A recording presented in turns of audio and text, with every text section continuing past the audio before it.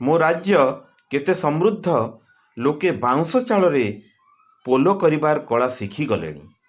ଆଜି ଜନମତ ଟିଭି କଳାହାଣ୍ଡି ଜିଲ୍ଲାର ଏପରି ଦୃଶ୍ୟ ଦେଖାଉଛି ଯାହା ଦେଖି ଆପଣଙ୍କର ବି ମୁଣ୍ଡ ନୁଆଁଇଯିବ। ସତରେ କ'ଣ ଆମେ ଏତେ ତଳକୁ ଖସି ଯାଇଛୁ? ସତରେ କ'ଣ ଆମେ ଗଣତାନ୍ତ୍ରିକ ରାଷ୍ଟ୍ରରେ ବାସ କରୁଛୁ? ସତରେ କ'ଣ ଆମ ରାଜନେତା ଭୁଲିଗଲେଣି ସମାଜ ସେବା? ସତରେ କ'ଣ ଆମ ଅଫିସରଙ୍କୁ ଦିଶୁନାହିଁ ଏହି ଦୃଶ୍ୟ?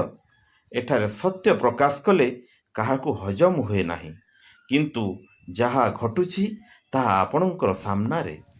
କଳାହାଣ୍ଡି ଜିଲ୍ଲା ଭବାନୀପାଟଣା ସଦର ବ୍ଲକ ରିଷିଗାଁ ଗ୍ରାମ ପଞ୍ଚାୟତ ଅନ୍ତର୍ଗତ ମୁଣ୍ଡାପୋଲା ଗ୍ରାମରୁ ଶିର୍ଲିଗୁଡ଼ା ଗ୍ରାମର ମୁଖ୍ୟ ରାସ୍ତାକୁ ସଂଯୋଗ କରୁଥିବା ରାସ୍ତା ଅତ୍ୟନ୍ତ ଦୁର୍ବଳ ଅବସ୍ଥାରେ ଥିବାରୁ ଲଗାଣ ବର୍ଷାରେ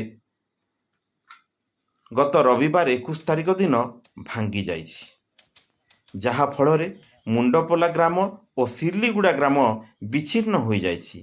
ଗ୍ରାମବାସୀ ନାହିଁ ନଥିବା ଅସୁବିଧାର ସମ୍ମୁଖୀନ ହେଉଛନ୍ତି, ଯାହାଦ୍ୱାରା ଗାଁର ଛାତ୍ରଛାତ୍ରୀ ବିଦ୍ୟାଳୟ କଲେଜ ଯିବାକୁ ହଇରାଣ ହରକତ ଶିକାର ହେଉଛନ୍ତି।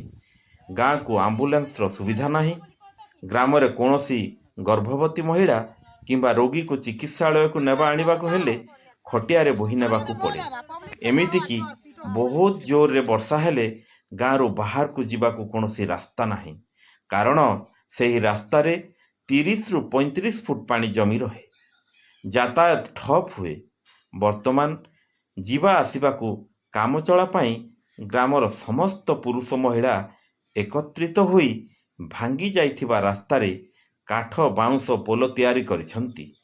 ପୂର୍ବରୁ ମଧ୍ୟ ଅନେକ ଥର ବିଡ଼ିଓ ଜିଲ୍ଲାପାଳଙ୍କୁ ରାସ୍ତା ପୋଲ ନିର୍ମାଣ କରିବାକୁ ଦୃଷ୍ଟି ଆକର୍ଷଣ କରାଯାଇଥିଲା, କିନ୍ତୁ ଏଯାଏଁ ତ ଫଳ ଶୂନ ଅଛି।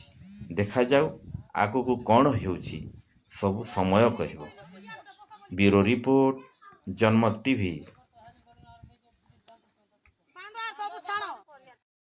ମୋ ନାଁ ସ୍ୱାଧୀନ ମାଝୀ, ମୁଣ୍ଡାପୋଲା ରିଷଗାଁ ଜିପି। କେତେ ବର୍ଷ ହେଲା ଏଇନେ ରହି ଆସୁଛନ୍?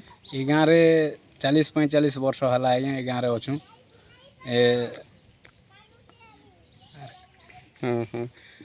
ଆଜ୍ଞା, ଆପଣଙ୍କର ରାସ୍ତା ଯିବା ଆସିବାରେ କାଣା ଅସୁବିଧା ହେଉଛି? ରାସ୍ତା ବୋଲେ ଆଜ୍ଞା ଖରା ଦିନେ ମାଟି ପାଟି ଦଉଛନ୍, ଆରୁ ବର୍ଷା ହେଲେ ନେଇକା ଫାଷ୍ଟ ବର୍ଷାରେ ଏକା ଧୋଇ ଦଉଛେ ରାସ୍ତାକେ। ତାପରେ ସେ ସବୁବେଲେ ହେନ୍ତା ବର୍ଷ ଧରି ଏନ୍ତା ଅସୁବିଧା ହେଉଛି। ଧୋଇଦେଲେ ଆମେ କାଠ ପୋଲ ତିଆରି କରି ଯାଆସ କରୁଛୁଁ ବର୍ଷା ଦିନେ। ତାପରେ ବହୁତ ବଡ଼ ବର୍ଷା ହେଲା ବେଲେ ଗାଁ ଚାରିଆଡ଼େ ପାଣି ରହିଯାଉଛେ, ପୁରା ଜଳବନ୍ଦୀ ହେଇକରି ରହୁଛୁଁ।